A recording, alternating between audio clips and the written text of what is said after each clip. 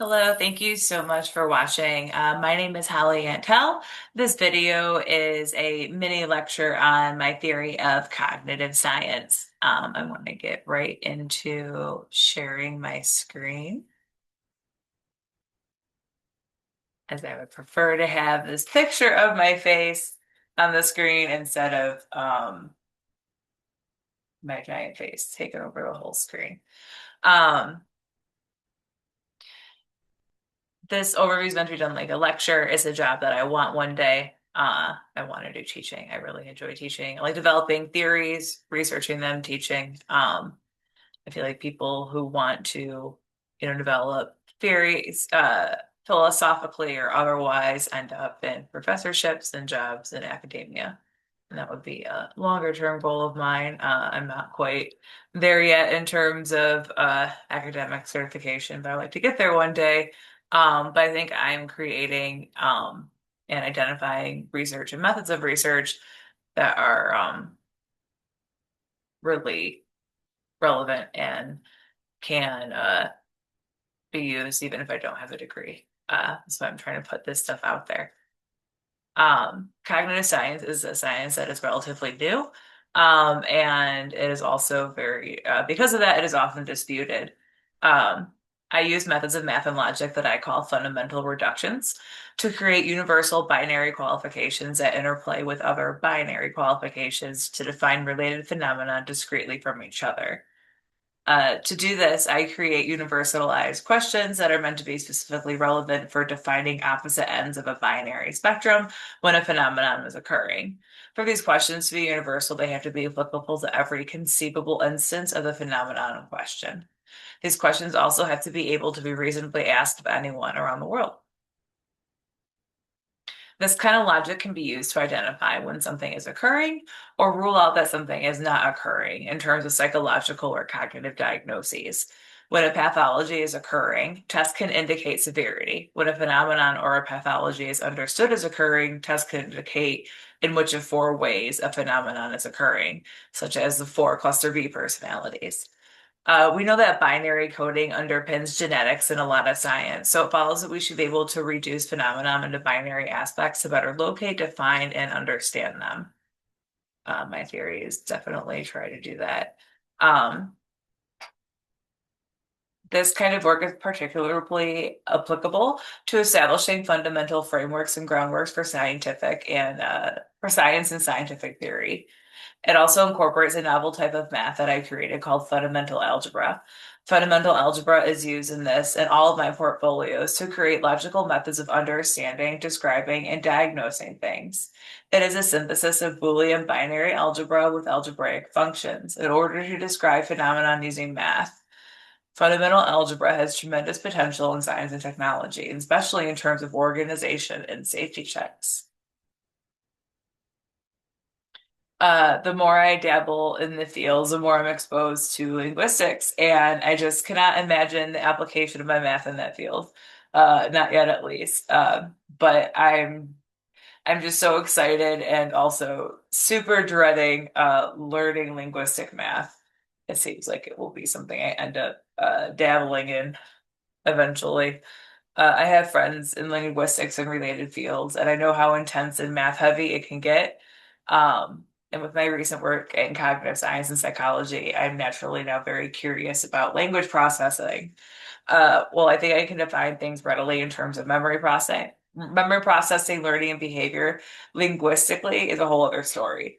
It's a field that is a natural extension of psychology and cognitive science, and I know enough of it to know that I don't know enough to apply my math to it yet. Um, I'm not sure if I'd be better off blind to current equations that describe language and then like not learn them, but like create my own, like think about, talk with my friends in linguistics, think about like sentence structure, stuff like that, build my own equations, and see how much they're different or the same to equations that currently exist. Um, or if I'm better off like studying them first and seeing if I can like make them better. I don't know. But I feel like my math is very organizational, and has a lot of application. And of course, I definitely appreciate any donations to my Cash App at #CoffeeCrow420. 20. Um, I'm currently unemployed, looking for work, applying all over the place because of recent political moves. It's really hard to get a job. Researching right now, um, though I've gotten some good feedback from esteemed psychiatrists in this field at good schools, but it's just there's extraordinary challenges I've been told with funding. So anything is appreciated. 'Cause I spent a lot of time doing this for public good. Um, and I think it will hopefully help a lot once I get some academic accreditation. Um, it was the first time I've written a manifesto. I was very excited to do that. Um, but what I'm trying to do with the cognitive science and other fields is to like create unified logical systems to define things. So like how cognitive science structure is like this person has this theory that memory does this, and then this person has this theory memory does this, and it's like some theories like work with each other, some don't. Some are disputed, some aren't. Um, so it's just a fundamental framework for where cognitive science starts. That's what I'm kind of doing with like psychology too, like a fundamental framework for where psychology starts. Um, or at least where clinical psychology would start, which would be at stress disease or disease that results from high stress and high threat exposure. And that's my cluster B theory. And so to start with medical psychology, it'd start with like the underlying problem. So to me, that is the cluster B disorders. And so in building the fundamentals for cognitive science involve identifying like the basics of what they're trying to describe. So in cognitive sciences with like memory, learning, cognitive science is very involved with AI, which I talk about in this. Um, so this uses fundamental reduction. So I try to think about things in the simplest ways possible, broadest way possible, and I also try to really define things in very nuanced ways. Um, a lot of definitions are what I call ill-defined, especially in science, especially in these newer sciences. I think it could be done better and more precise. And I think also certain phenomena, especially as it pertains to human patterns, can be reduced into logical binary systems, represented with functional algebra as well as Boolean algebra, which is my fundamental algebra. Um, my whole purpose with doing all of this is like, you know, I feel like we live in a very kind of sick society, late stage capitalism hellscape, as they say. Um, I I really believe in social equity and ending disparities that fall along racial and other intersections, and that starts with labor, wealth, and equity, and then those forces that oppose wealth equity in the world. So it's like, you know, shouldn't all humans be guaranteed some certain things? Shouldn't we do things differently? Shouldn't we end things like exploitation and stuff like that? And it's like, these things occur because people are making choices. And so it's identifying like, how do we, you know, fix people who are dedicated to these systems that are like self-harming them, that perpetuate all these self-harming cycles. Our systems are fundamentally bad. And if I'm saying that these systems are fundamentally bad and they should be dismantled, I have to provide something to rebuild it with. And so that's what I'm doing with these fields, especially psychology, cognitive science, and cognitive psychology. So, how these institutions are currently operating in our society are, fundamentally racist and exploitative and have all these awful aspects to it. And I don't want to get rid of capitalism entirely, but I want to guarantee fundamental wealth for all people. I think that should be done. It can be done. It's just not being done because people are choosing self-harming decisions.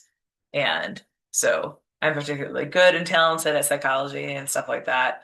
So that's why I chose these fields as a way of focus and as a way I think people can really heal or benefit from healing um, in society right now.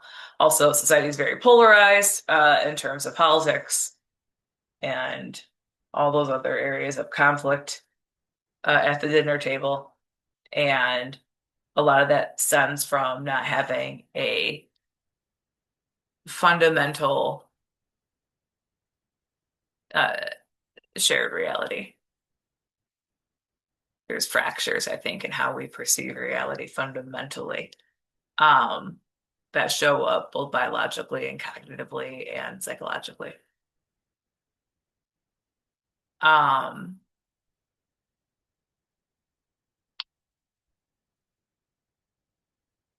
so yeah, TLDR, my manifesto, and wealth inequality every way possible. Um, and these portfolios seek to contribute to that by, providing ways to do, socially revolutionary things and also to like heal and think better and like create a baseline for health and wellness and how to pursue that and ways of pursuing that. Because that's where like the DSM and psychiatry and all that kind of fail is that like they don't have health baselines established. There's no, you go to the doctor, you have high or low blood pressure because there's a healthy blood pressure. There's no healthy anything in psychology or psychiatry. Um, and that's a major problem. Um, and so my frameworks provide health baselines and articulate health baselines, and they do it fundamentally uh, through reasoning. Um, so I'm really trying to put together a unified cognitive science. Um, because to me, it's like identifying the shared aspects of like reality perception and like how the human body and mind is supposed to function. Where psychology deals with how we interact with each other and ourselves and how we're experiencing the world and how we feel about it. Um, but cognitive psychology is like, how do we function within the world? How do we function as humans with consciousness? And psychology is like, well, how do we feel about what's going on? How are we doing it? How are we behaving compared to others? Um,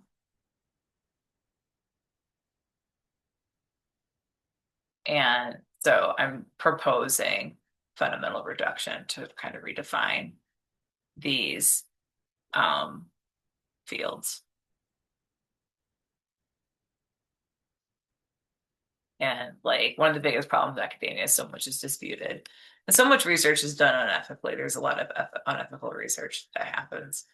Um, and so this is, and also like making science more accessible and like showing people how to do science. Like I'm doing this from home independently. People don't realize they can do this. Um, and put out cool logical theories that, have a basis out there. This, open research. Um, it's hard to get published even in ResearchGate if you don't have money. Donate hashtag Bobby Grove 420. Um,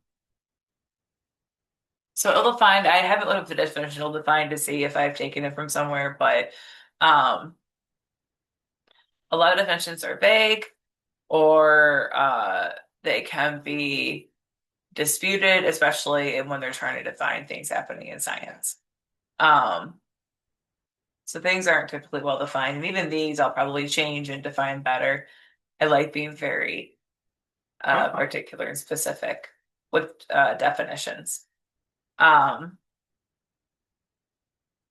so material reality refers like it's all it talks about the same reality, material reality, objective reality, reality. Uh, subjective reality is a little bit different.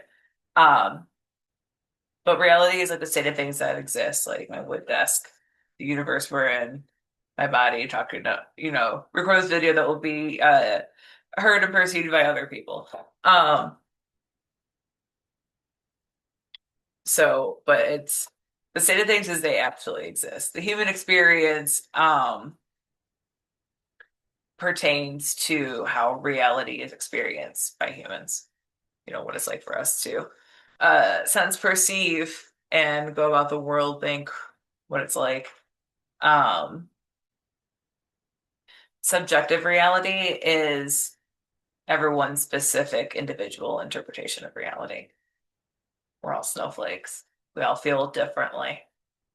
Um, and how we interpret it is slightly nuanced based upon like physical geometry, where we're located, uh, how we interpret the world through, our whole lives. We're constantly learning, we're constantly encoding memory. And I think encoding memory is kind of a I haven't quite well defined yet how it articulates away from learning, but they're very interconnected. Uh, and we do this our whole life, and that really informs, what we learn and our experiences and who we know and stuff like that really informs how we perceive reality. What we do with reality. It's also a very important part of subjective reality is like it's what we do with reality. We can all watch the same TV show, but how we interpret it is all different. And that's a defining feature of subjective reality. Material reality refers to the dormant stuff that is not life that comprises reality. So anything that is not life, but is physical matter, is material reality. It's a fancy way of describing it, that definition up there.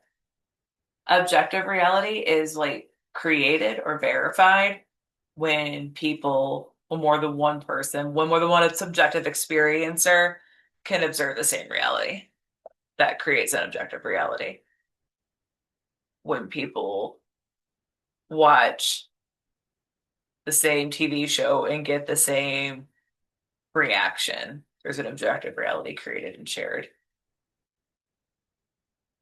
That one might be a little flexible with subjective reality, whereas reality and material reality are, I'll probably define that better.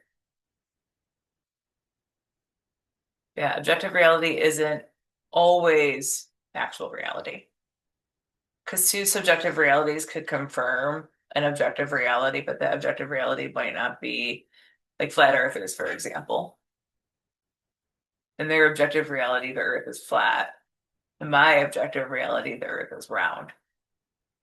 So, and I would qualify my objective reality or my subjective reality I would qualify myself as a good assessor of objective and subjective reality.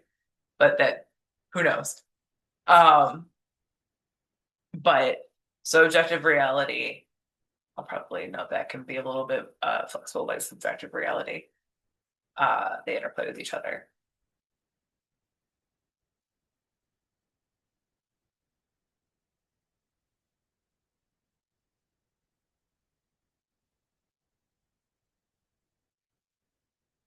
So this talks about how with the evolution of technology over time, we have gotten less intelligent with our actions and our thinking. So back in the day, to get science done, to get technology progress, we had to critically think a lot more. We had to do a lot more of the math. Calculators are a very recent invention. Uh, Before that, I believe it was something like the abacus. Uh, or you could use, I suppose, a compass in other ways, but for other means of deriving math. But it was very hands-on and involved the act of observing in very uh you built it kind of way. It's a really hands-on experience. Now we have computers and they have taken away a lot of the need to apply reasoning skill and apply critical thinking skills into our everyday lives. So, uh, life was a little bit more critical thinking involved before technology came on. We had a lot more variation in the activity throughout our day. rather than just being on screens all day. I think that has very many psychological and cognitive effects on people, how much we're in front of screens. Doesn't matter what kind of screen it is, if it's a screen, it's compiling into an unhealthy use and an unhealthy mode of interaction. Um, and machines are, it'd be great if we could gear machines towards eradicating menial labor, creating less labor. Like we should be trying to create less labor. Uh, we should really, there's so many ways we can elevate society. What I really think about it as sometimes is kind of earth remodeling. Like I really want to do, or I just want to do something with remodeling how we do our systems here on the earth. Like that's how I see it. Because we have these failing systems that are failing because of capitalism and all these horrible things. And it's like we need to feed ourselves and we have all these structures. How do we remodel them to be equitable? Uh, so earth remodeling is like a concept I've been thinking about lately. Um,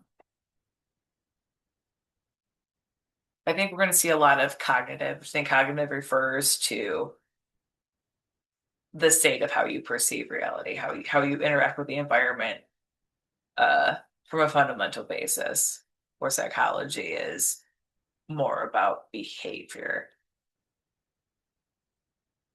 But these are emerging really fast, especially in recent years, because of technology, and our addictions to screens, whether it be the phone, computer, whatever.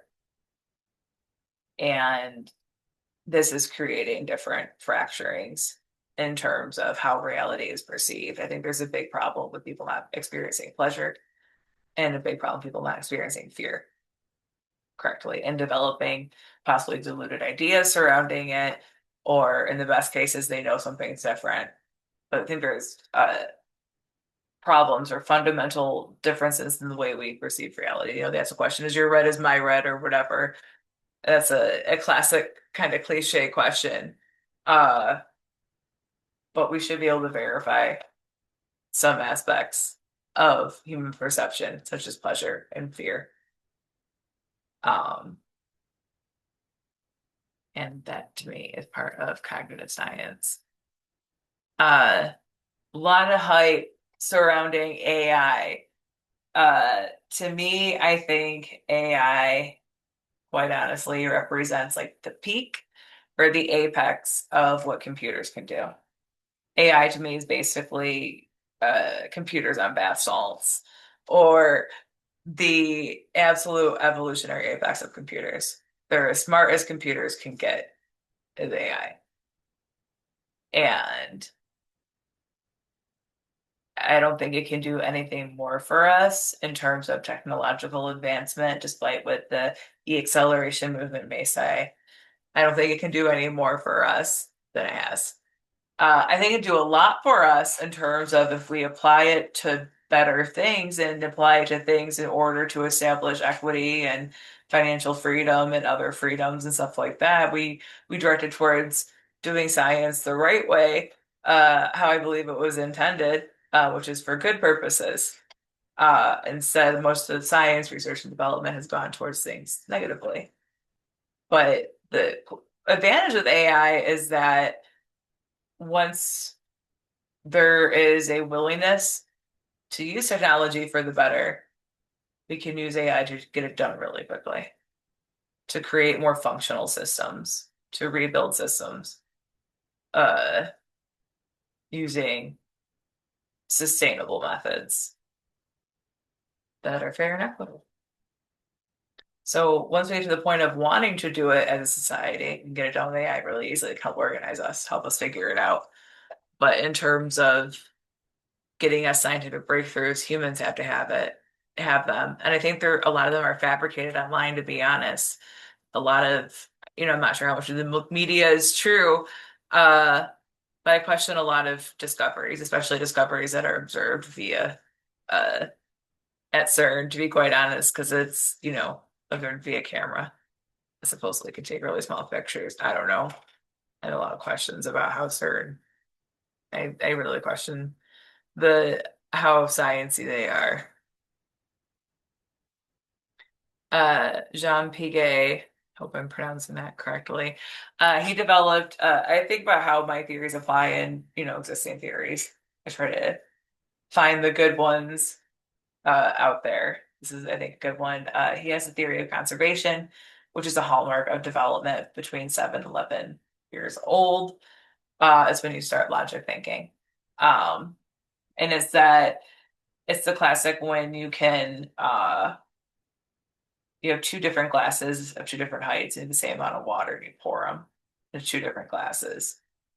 And it knows that there's the same amount of water, even if it might look taller in the skinny glass. That's Piaget's theory of conservation. So I'm extending that towards a conservation of being. So my theory of conservation of being is um, recognizing that what aspects of identity and things about people persist over time, what aspects change. And that includes all phenomena too. It's like what stays, what goes, and how does it, enter and exit our lives. Um, and come back repeatedly. So conservation of being is like one thing I want to add to this is knowing the difference that like how you would like seek conservation of being in a child, like to test for it. Because cognitive problems can arise early but persist later in life, would be them understanding that like their grandparents and their parents don't just look different, they're actually age different. Like their parents are going to eventually age like their grandparents have, and that they're just not just different variations of what adult humans look like, but that they represent different stages of life. That's how I would test it in development. Like, do they recognize that different stages of life are represented in, human phenotyping? Uh, like recognizing that, he represents someone uh, elderly, and I hopefully do not look like someone elderly. Uh, this picture of the Ann Arbor, Michigan, so that was cool because that's where I went to school. Um, Adult development. I think one of our key problems is that like learning is discouraged after young adulthood. It's like we're constantly reinforced to learn and go to school, and then we grow up, and then we just stop learning. We get a degree, and then we learn a skill, then we have a job, and then we just do repetitive things, don't promote learning. You should change that. As part of my manifesto in rebuilding a society, I think we should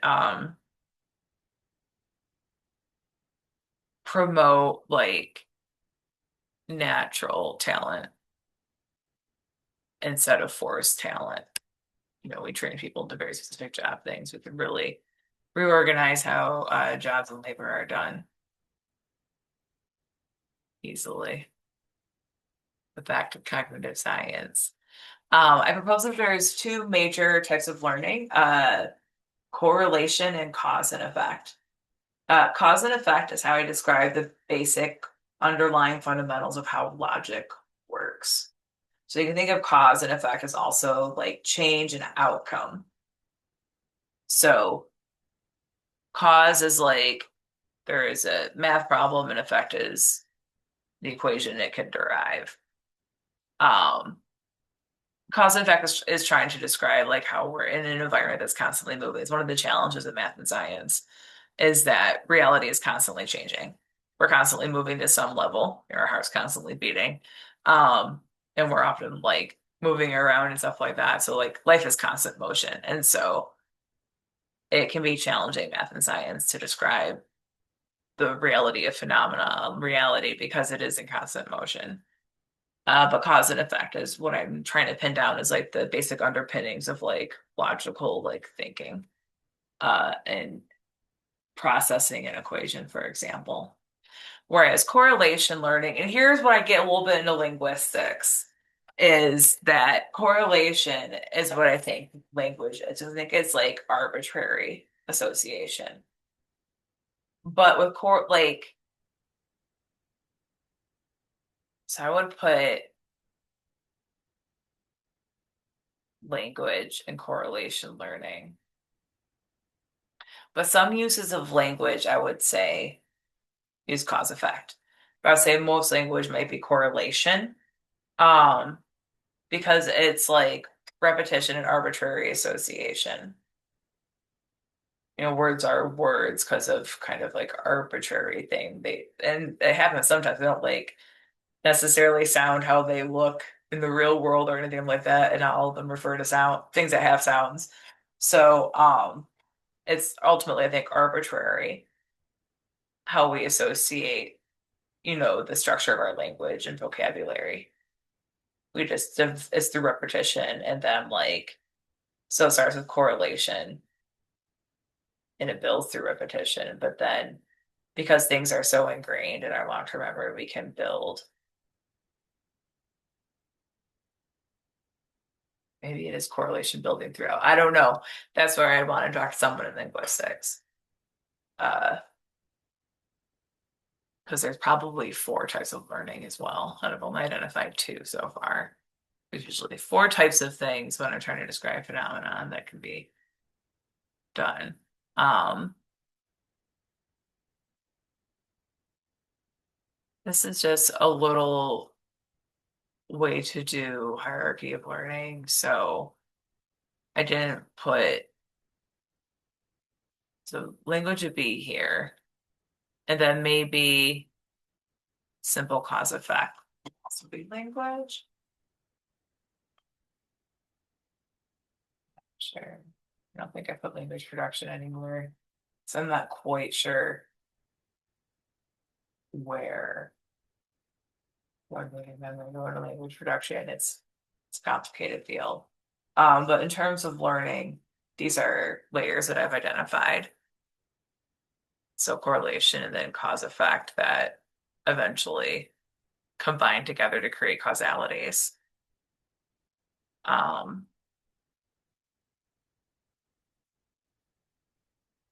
so cause of like these could be three involved in language. I mean, they all kind of involve language to an extent. It's another like, one of those questions like uh really getting specific on things. So all involves languages to it. Everything involves language to an extent. We're constantly talking language, using language. When did it become linguistics? That's the question. It's a rough question. So it gets into heuristics and kind of classic cognitive science concepts. Um, Heuristics are easy, like ways of thinking, or like decision-making shortcuts is how they're typically understood in cognitive science and psychology. It's decision-making shortcuts. They're not described usually that fancy. Some have math involved. I don't understand it yet. Some math can be really hard to interpret because I try to make the math I use really simple, but I feel like math has been kind of overcomplicated in order to like be gatekeepy about it. Um, but this is my cause effect heuristic, which is part of the roots of false logic. But it's so in my theory, I explained that most things are built upon cause effect kind of things of logic. Like we have small patterns of logic that we build together with other patterns of logic over time to create logical conceptions. Um, and so they fundamentally can be understood in cause effect relationships or change outcome relationships. And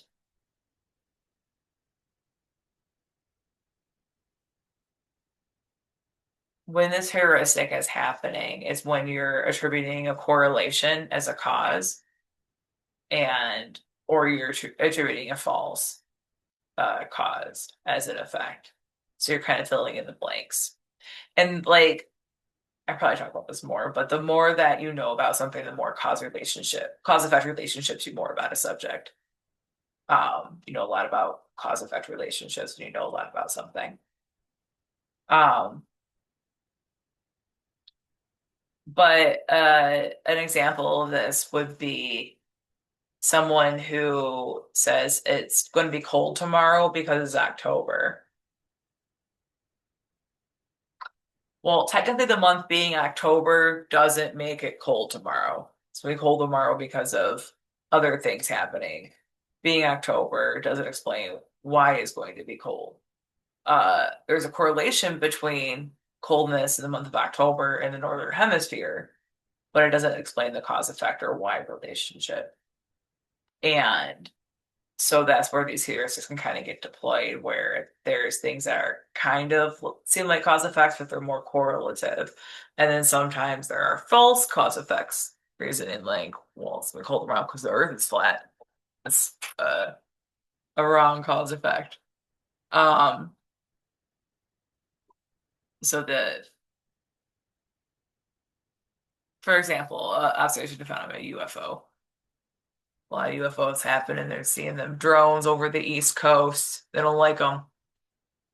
They're seeing and they don't know what's going on. Discomfort occurs. All right, how do we explain it? Well, it's aliens, it's the CIA, it's a three-letter agency, it's Russia. Um, the false logic. So that's how the cause effect heuristic works. Um, I just modeled with my Boolean logic.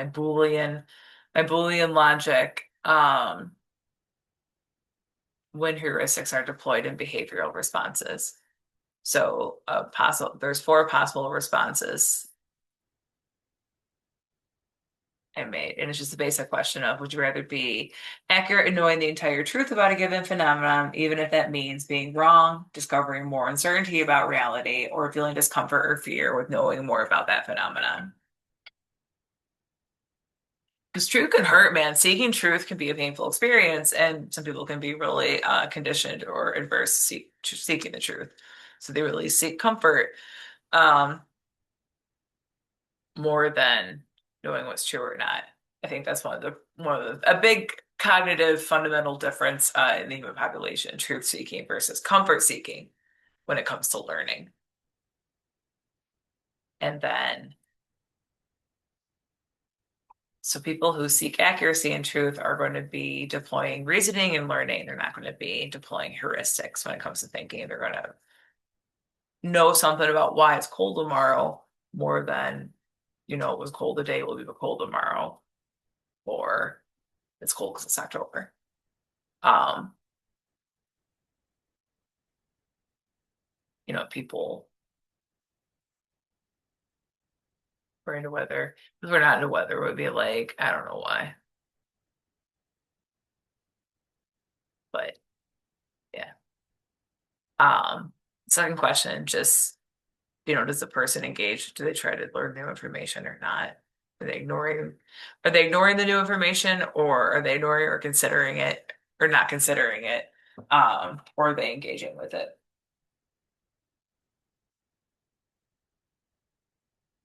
So this kind of says like if someone's seeking comfort versus accuracy, that will filter what they consider true about learning about something. That will be the biggest filter as far as the X factor.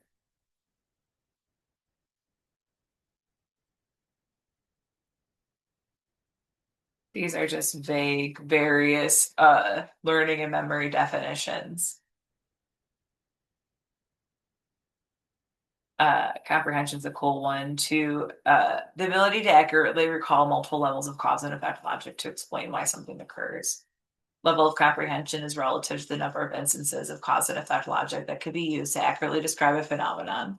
It speaks to knowing how or why something is occurring, not only that something occurs or when or what may occur with it. Trying to differentiate that with correlation a little bit. And then I just find memory, like a memory itself. A memory is a set of biological informational layers that can represent distinct past experiences of sense perception, distinct logical or associative concepts that were previously learned or genetically inherited instincts. Um, I think we make a memory of something. Like I'm making a memory of my environment in some way right now. Not entirely, and I'll get more into that. And instinctual memory is really cool. Um, but to an extent, I think memory is constantly being organized by the body. Um, I will get into that.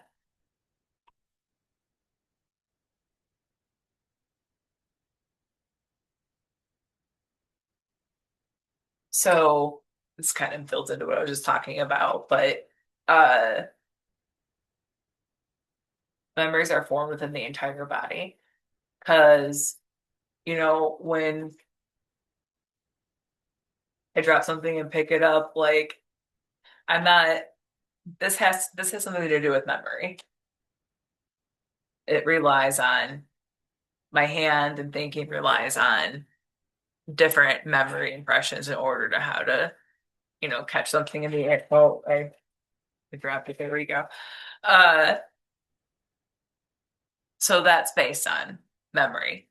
But it's based on memories that's interpreted by the muscles of my hand differently than it's interpreted by my conscious mind.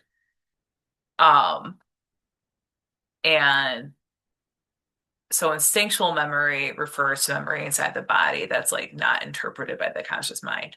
Uh, Memory, how we typically think about it, is memory that is perceivable by the conscious mind. But my theory says that most of memory is not perceivable by the conscious mind. Most of the memory is subconscious, stored in the body and stored in different ways.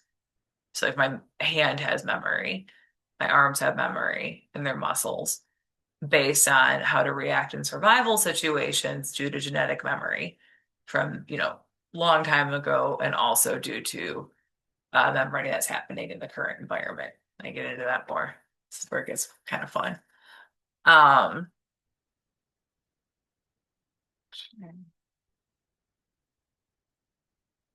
they try to describe a process as just like complete Buddha, complete awareness in the present moment that this one describes. And this is when you're starting to recall memories that might contextualize or uh, interpret the present moment.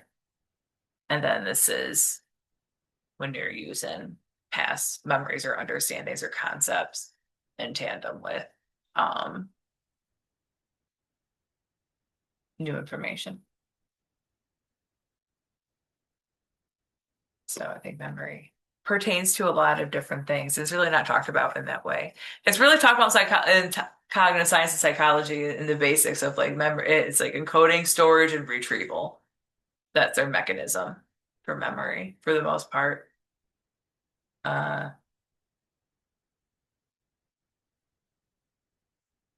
so generalization and cognitive posture, these are fun. Um, Generalization, if memory is general, it means, it's general, it's general. It's broad. It can be based on like a lot of vague or very similar repeating concepts. Um, in terms of when a memory is generalized, it means it's in its most simplest form. It can be recalled by the body. So when my hand moves a certain way, it's recalling a memory of how to move. But it recall like the memory isn't stored of that. Like as soon as a memory starts unfolding, is my guess, is how my hand moves is based on memory. I'm guessing it all has to do with memory. I think memory is very a lot under. It's not a lot of hype is given to not enough hype is given to memory. Um, but when the memory is stored, it's stored at such a simple the simplest level it can be for application. And this also applies to conscious memories too. So, we'll when memory is generalized, it's only certain things will spark the retrieval or the want to recall it. And when I remember the Pythagorean theorem, I'm not thinking or applying the theorem uh, when I'm just recalling the theorem itself. And so you're just recalling the theorem itself and its applications, or noticing where it could be applied, that's when the memory is generalized. When you're actually using the theorem, that's when the memory is being specific, as I articulate later. But generalized is the simplest way memory can be retrieved or stored. And it's also the easiest kind of memory to recall. Whereas specificity is the opposite of generalized, and it's particular complex memories requiring concentrated effort to fully recall. Cognitive posture is kind of like a mental architecture. So it's like when I'm doing math, I'm thinking about numbers in a different way than when I'm doing this or when I'm cooking dinner. Like numbers and how I think about them and how I use them have different meaning depending on what I'm doing. A different meaning is also informed by cognitive posture. I just think and am focused in a different way when I'm working on a math equation versus when I'm doing other things. And I call that kind of like the way I'm interpreting external stimuli and the way that I'm like thinking about external stimuli. That framework for how I think about things and interpret the stimuli is cognitive posture. Um, and a mood, for example, is a cognitive posture. When we're really irritated, any kind of like knock or something we hear is going to like piss us off or irk us or set us off or something. So that's a cognitive posture to where your brain is interpreting information in a certain way. Um, so these types of cognitive postures,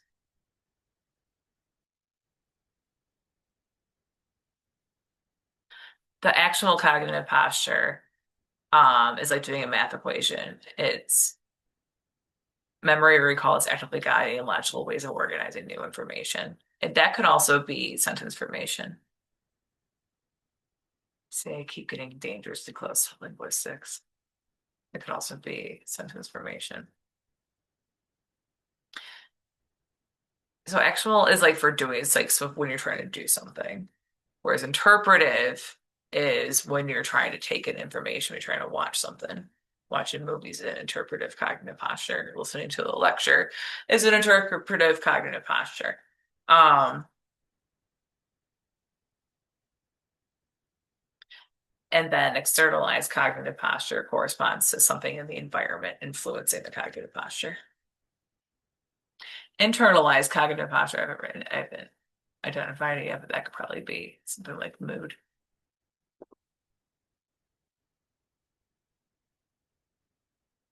So these are some of the fundamental reductions I've made to describe phenomena.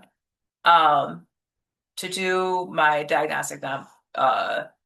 novel diagnostic models to like identify four phenomena, you need two spectrums. And not every phenomenon can be defined on a spectrum. Maybe it can. I don't know. I haven't thought about it I haven't thought about that specifically that deeply with philosophy. Um, but a lot can be on a spectrum with something occurring. And at least on a spectrum with is either it's occurring. Either this is occurring or that is occurring. So, for example, in the axis of abstraction, the memory or knowledge memory is either physical or abstract. If it's a physical memory, it's based off of sense perceptions. Like I kind of remember what my delicious Kool-Aid tastes like before I taste it. All sugar-free Kool-Aid today. Gonna do my typical splash of the real stuff. Um, but so all memories I've created based on that are physical memories. They're based on physical sense perception. Whereas uh my memory, this is where I think where language would go. I would go to an abstract, would be language. Knowing how to do a math problem is abstract. Stuff that relates to stuff that doesn't have a tangible physical existence. So yes, that would be language. So yeah, language would be abstract memory versus physical memory. Um, I mean, it's also like that's where like nuance gets weird because you can think about how you hear it, so it is kind of a sense perception. So yeah, I don't know. There are times where it can be either or. or it's not well defined through an access or axis. Uh, but when it's something can be well defined by given access and you use two of them, that's how you can really split up four groups. And these are the ways I split up short-term and long-term memory. So volition is chosen or automatic. Uh, that's like, is it something you're paying attention to versus something that's going on that you have no control over? Um, so focus memory is a chosen kind of memory. So it's stuff that you're intentionally recalling to keep in your conscious awareness. For example, I bought a pizza today. I haven't baked it yet. I'm gonna eat them as eat it as I rewatch this video. But I'm keeping in the back of my mind that I have a pizza I can get started on as soon as I'm done recording this. So that's in my focus memory right now. I'm choosing to think about the pizza. It's a supreme. Um, Whereas situational memory, just my body perceiving my environment and forming different memories off of it, subconsciously or not. That's, um, I know what my apartment should sound like right now. I know that I should be the only one in here. That's part of my situational memory. So it's just kind of an automatic kind of, I know what's going on in my environment. It's always informing me. Whether or not I care to be informed, I'm always be informed by my situational memory. Whereas focus memory, I can choose whether or not to think about something. Physical is also automatic. And it's just like, and my back's reminding me right now that I should adjust it and move my body a little bit. So physical memory, ground you in the physical reality. And I think can also pertain to instinctual memory. It's like when I was tossing, it's on the ground now. I don't want to get out of frame to grab it, but I was tossing my headphones. That's physical memory. Um, I think physical memory, like my ability to do it is instinctual memory. My ability to like remember where to like catch it, that's physical memory. And then interactive memory, um, is where I put language happening. So it's chosen, you're choosing to speak and form language and stuff like that. Um,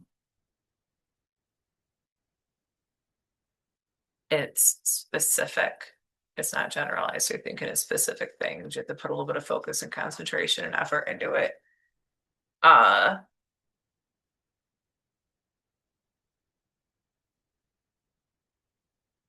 Physical is also specific. And I remember thinking this earlier and wondering why it was difficult because it seems like it would be general, but it is specific. Because when I'm tossing the headphones,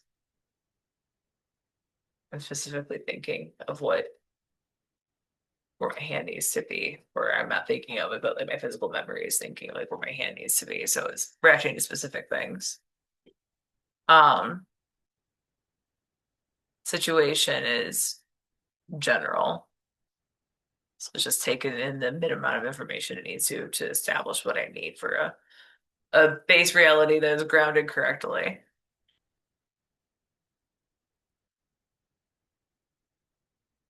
And focus memories, I don't need to think hard about remembering that pizza. General versus specific is really about how much mental effort you have to put into thinking. I'll put a lot of mental effort into remembering that pizza. So that's focus memory. And it's just how my math we have two axes. I might change these or redefine them better. There's always chances that, I could be incorrect, or could better define some things or better define some axes. Um, that's what I have for right now in terms of short-term memory. It just kind of describes what I was just talking about. Long-term memory. Long-term memory refers to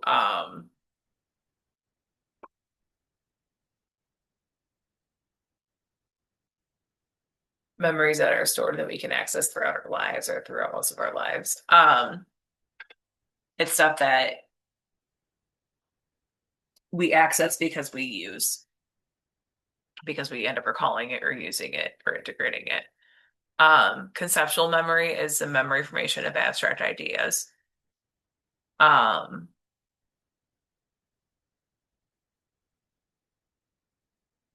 I speculate that language ability is stored in conceptual memory.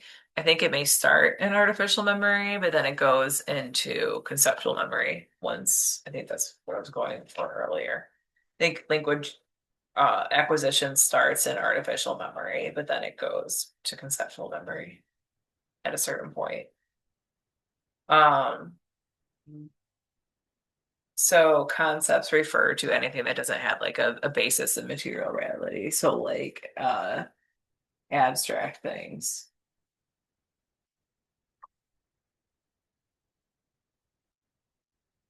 Composite memory.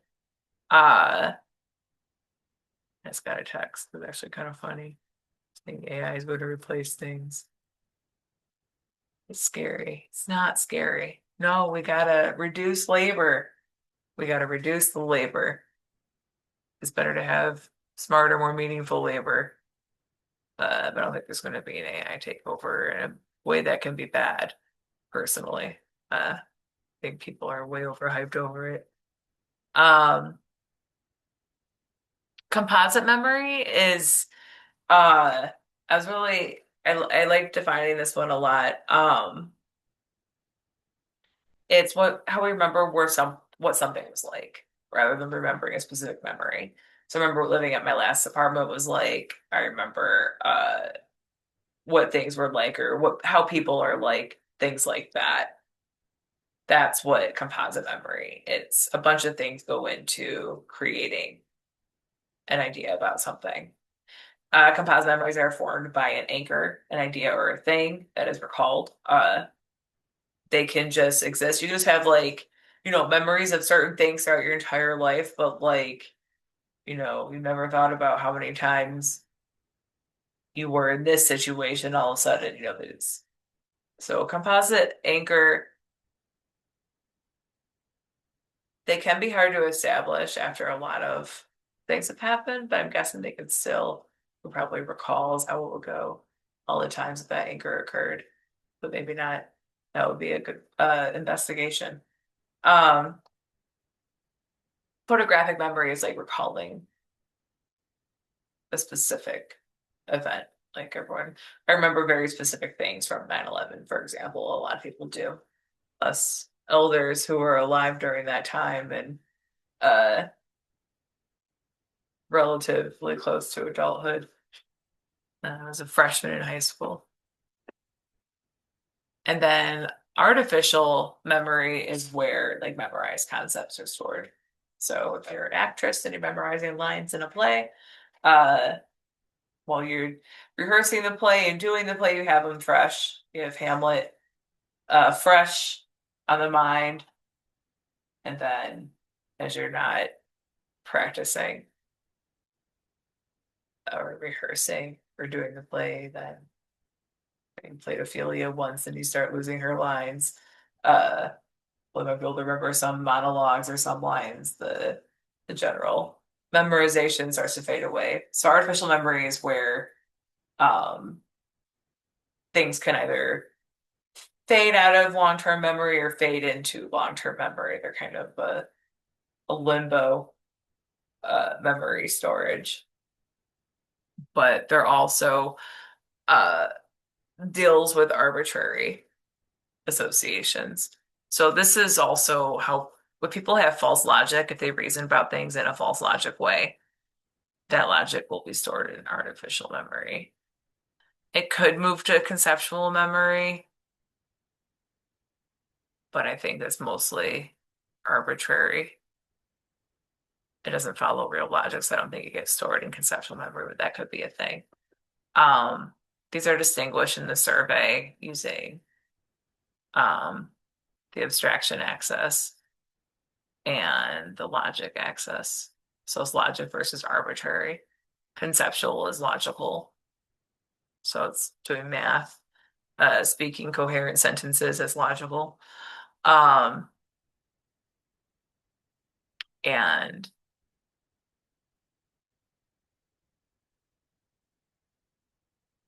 abstract. So it's not based on a physical sense perception alone. It's not something that exists in reality. Conceptual composite is physical. So it comes from, where we've lived, memories of people, places, things, comes from physical memories, sense perceptions. And it's arbitrary.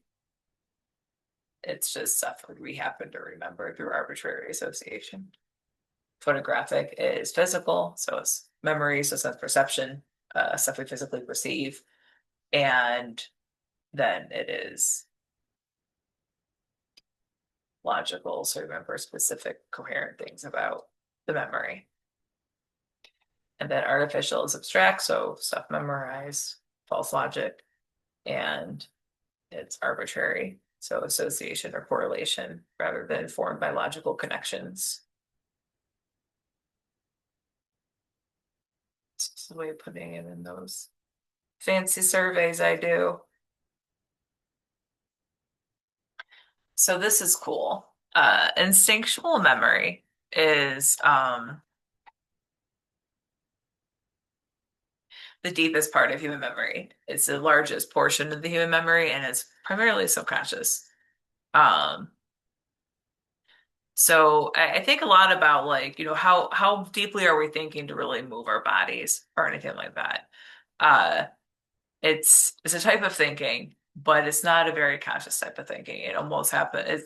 It's very in that fine line between conscious and subconscious thinking. So I think it's very memory based. Um, I think memory is how we can define a lot of how we interact with the world and how we experience life. Like I'm recording this video right now, it's like I'm utilizing memory constantly. Um, and so instinctual memory is that memory that is biologically interpreted by our entire bodies. It's sort of within our bodies. Um,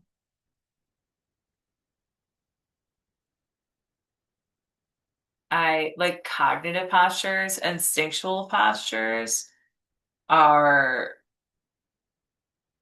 ways that we will interpret information from the environment. Um, so if we're really cold, for example, we'll have an instinctual posture to deal with the environment in that way, both on a physical level and then on a cognitive level to go find more. Um, it's instinctual posture is also how the body organizes memory encoding relevance, uh, which is based a lot on redundancy, which is my next slide and my favorite one. So I made a little cartoon for that.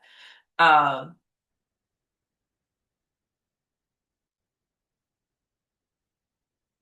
but these postures are also different. So like there's instinctual postures for like my hands memory. It will react in certain ways in certain patterns. And the hand will take on memory. Every muscle will take on memory. Memory is encoded everywhere. But it's encoded differently in all these systems based on what's relevant to it. So my hand can only move in so many ways, and only does so in so many ways that are relevant to my survival, such as to feed myself, keep myself clean, stuff like that.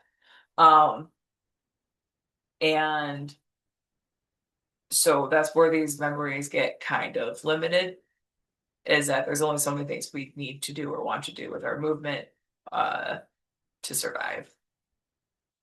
So these memories get encoded, I think, and stored in our cells, possibly our DNA. I don't know. Um, but throughout the body. I don't think there's a lot of theories out there saying that memory is stored anywhere outside the brain. I think it's the whole body. Um, but memory, I think it's just so many different layers and so many different ways they're interpreted based on system relevance. So like, I don't know if hand memory would be like muscle memory. And then, so probably muscle memory. And most of mine is probably all connected to the entire musculoskeletal system. So even though the rest of my body isn't doing much when I'm tossing my headphones in the air, um, it still needs to have a state core stability. Um, so redundancy signaling is like our body is taking information constantly in order to survive. It's constantly forming memories. Um, and so redundancy signaling is when we don't need to form memories, it stops. So basically, my body has a memory that I have a Bath and Body Works candle on the dresser over there. And it's pretty, I'm not encoding new memory information about that candle. I know it's there, and the memory that it's there. If I wake up in the morning and wanted to burn it, I would know precisely where to get it. Um, so redundancy signaling that could be investigated with like Alzheimer's even, because maybe redundancy signaling activates too soon. Um, but stuff becomes redundant in the environment after we learn enough in order to orient ourselves in the spatial environment in order to keep our survival good and keep ourselves safe in the environment. That's when it starts being redundant encoding. Um, and then as I showed here, when a new stimulus appears, it's become so pink represents memories being encoded, and then green represents the redundancy signaling because they don't need to know more information about that tree. And that just means instinctual memory. We see a little raccoon up on the tree. It immediately starts encoding that memory because that's survival. Where the raccoon last was might pertain to your survival in unfortunate circumstances. And then where it was once redundant, that it is relevant now, where the tree's at, uh, that's overlaid with respect to the new stimulus. So it doesn't matter what's happening in the center of the tree. It matters what's happening with the tree in relation to the new stimulus. So this remains redundant while this becomes new memory formation, is my theory, which I think is really cool. I'm really excited about this theory. Um, I basically gave a new name for ADHD, which is concentration dysmorphic disorder. I'm really trying to use dysmorphic for a lot. It's currently only body dysmorphic disorder, I think, in psychology, what it describes. It was used to describe a lot of things. Um, but a big problem is that, we're punishing kids. Because if people that use a high amount of concentration, think concentration is a finite energy force. We can only concentrate so much in a day. And using it takes a lot of cognitive energy. And when kids struggle at school and they use that cognitive energy to get a wrong answer, that like literally punishes them. It's like a punishment feedback mechanism, which is really discouraging. Combining factors like that. School goes really fast, is only taught in one certain way. There are so many reasons why kids will fall behind, and then they're they're not they can't make arbitrary associations with what the teacher is saying, and they can't make logical associations with what the teacher is saying. So they get distracted by thinking about something else or fidgeting or doing something else. And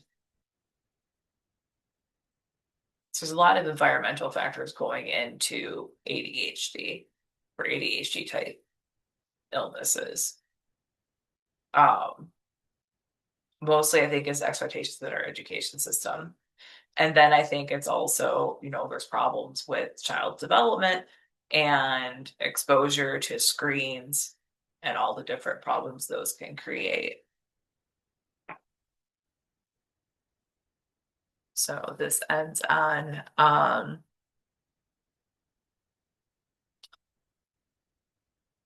how the modern cognitive divide, we're all really we have a fractured sense of what objective reality is, and that's not a good thing. A lot of sciences have a lot of debates and disputes. A lot of things are unified, And a lot of our science and research and development that is dedicated towards not so great things. Um, so there are definitely ways we can do so much better in terms of understanding ourselves and each other. Um, I'm going to do my other portfolio really quick. It's just a couple of, it's a cool decision-making model I made. It's a really cool math model. Um, so yeah, I don't know what this, I can't describe to you what that means. It's a copy and paste. Uh, but heuristics are mental shortcuts that we use for decision making. They have different kinds that are named. They're usually pretty arbitrary. Um, so this is my quality versus cost heuristic. This is a behavior prediction model, which I'm really excited for. Um, so this kind of applies arbitrary values. So you're ranking uh, how much you value quality over cost in any given transaction, like how much cost is a factor to you over quality. Um, so that's your SW score. The SW represents what percentage you care about quality. So I'm personally a frugal person. So I'm looking for a job, donate hashtag coffee girl 420. So my SW is currently zero point 0.2. Uh, so quality goes into about 20% of my decision making, and cost goes into about 80% of my decision making. This is put together very similarly to Bayes' theorem. I don't know what kind of equation that is, but it's instead of probability, uses price. But it's very similar in how it works and how the variables I use in it, which are trying to be like whole fractions of between 0 and 1. 'Cause it is kind of like arbitrary application, but I think you can do this actually undercover phenomenon, which is cool. So SW is the ratio of how much you view quality in any given purchasing decision. This is where like cognitive science research gets like shady because it's all about getting our data to predict our decision making, and like so much has gone into decision making and mind control and all that dumb stuff. So the CIA stuff, it's awful. But there are cool things that can be done, and there are cool ways we can establish ethics in science and research. Um, so the SW is how important quality is over cost on a scale of 0 to 1. And then quality rating is you rate someone on a scale of 0 to 1, the quality of the product, price, and sort of hypothetic variables. So the Q of product A is zero point 0.9. And the Q of product B is 0.6. So it's a normalized quality rating. So that could be arbitrarily applied rather. And but you could also do tests based on consumer ratings and stuff like that to determine aspects of quality and rate companies and products based on quality. So you could derive and create a system of quality rating that accurately represents consumer perception or consumer purchasing habits. Um, or someone can just arbitrarily make one up themselves to do an equation quick. But this can be derived from a lot better math rather than arbitrary math. But for now, it's arbitrary. So this is the change in quality. So there's 0.3 difference. So 0.3 is a difference. 0.3 is a difference. So the change in quality. The triangle in Q is 0.3. And the change in price is $2.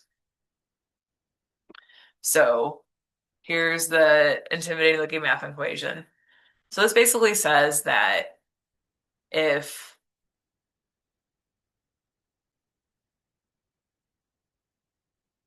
this price is less than, so the top price that someone will pay is based upon the price of the lowest, the cheapest product. So you could base price of B here, product B could be that like the consumers like what they buy on average or what the cheapest option is that they would be likely to buy. So this is, and that could also be determined relative to the SW, which is how much they value cost over quality. But this can refer to like either the lowest cost product, like if you're talking about paper towel at the grocery store, like this could be the cheapest generic brand. If someone's really into that cheap stuff. Or this could be their preferred brand, which is great value. But they'll if their sales or something, they'll splurge for Bounty or something better. Um, if the price is within a certain range. So this model predicts basically how much more a customer will pay for an increase in the quality of the product. It's trying to do. And like, of course, customers aren't doing this kind of math before they make purchases. But this kind of shows um, how to estimate how much they're willing to pay more. Um, because I think that, our bodies are designed to be intelligent. We're designed to take in information intelligently and to interact with it in intelligent and meaningful ways. Um, and so while I don't think any kind of math is being done at the conscious level when it comes to this, I think that there are ways that math can be done or represented biologically that we can actually pinpoint abstractly. Um, but it doesn't refer to any kind of conscious thing going on. But that kind of really expands upon it. So you basically plug in the variables for what the variables that you already have. So smallest price item is $4. And then SW, in this example, my SW is 0.75, so really like quality over cost. And then this is the change in Q, so 0.3. So the equation is a little weird, but the equation produces $6.10. So if the higher price thing, which is $6, is higher than the smaller price thing weighted to that, which it is, then the customer will be willing to purchase it. So if this was great value, but Charmin was on sale for $6, or Bounty was on sale for $6, they would buy it. So this can predict like how much of them are stuff on sale to like get people to actually start buying. So you could take like this is what the person's buying. We want them to buy it. Or this person's buying at this margin, I want to buy at this margin. Where are they factoring quality versus cost? Because in classic heuristics, they say that people just take one factor, quality or cost, and they make it this to take the best heuristic, for example. One, I'm saying, no, there's those two factors are constantly being interplayed with. Um, and so I did a brand loyalty expansion on this, because that's my score point too. I'm a frugal spender, and I can get $6 candles at Dollar General.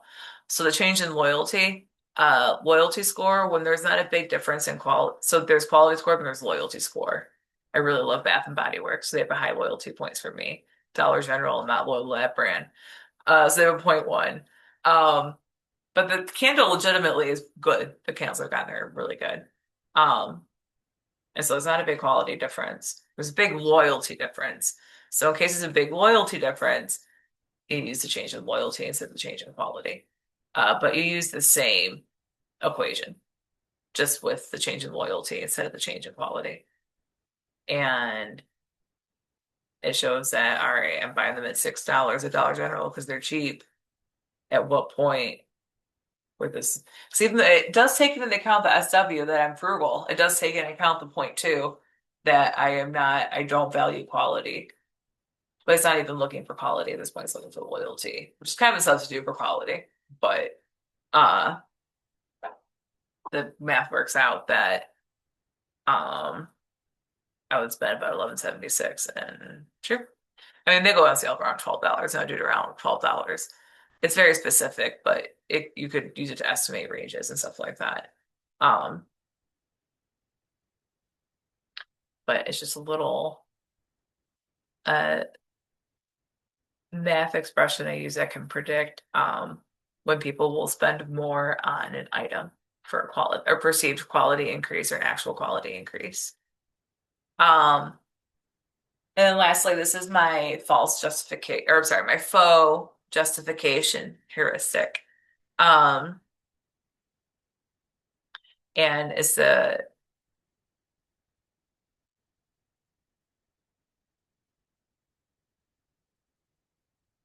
heuristic of like addiction and other where if I do this, something bad will happen, or if I don't do this, something bad will happen.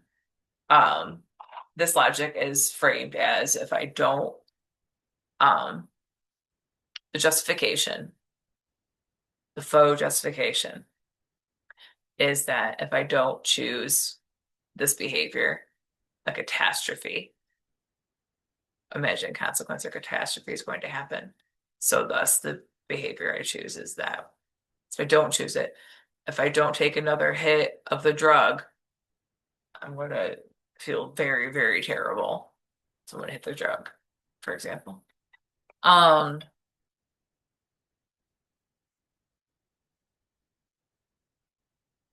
and because like the imagined catastrophe or like consequence never happened or is never going to happen, it's understood as like it did happen because of that behavior. So an OCD is a common thing. It's like, well, I didn't get sick because I washed my hands, a billion times. It's like, no, you just rolled the dice. I mean, you could have done it less. It would have been just as effective, and it doesn't protect you from other things. Um, so this just finds in like formal logic, I think. I'm still learning this stuff in the formal languages of academia. Uh,